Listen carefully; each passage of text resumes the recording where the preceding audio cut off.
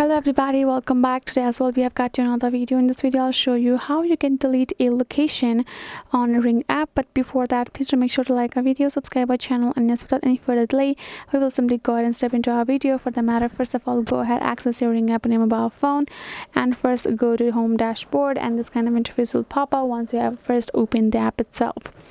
Afterwards, go ahead again, tap on this three horizontal line on top left corner of your screen. Now tap on this option called settings below the history section, and now go ahead, tap on this option called at delete location that will be given at the bottom of your location shed settings. Go ahead, tap on delete location. Now you can see, are you sure you want to delete this location? Once deleted, the location cannot be recovered.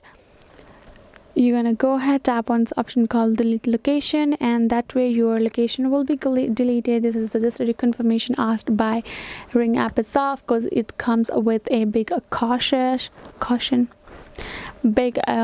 as well, because this location cannot be recovered in the future. That's why make sure to think twice, and you can delete it right away like that over here.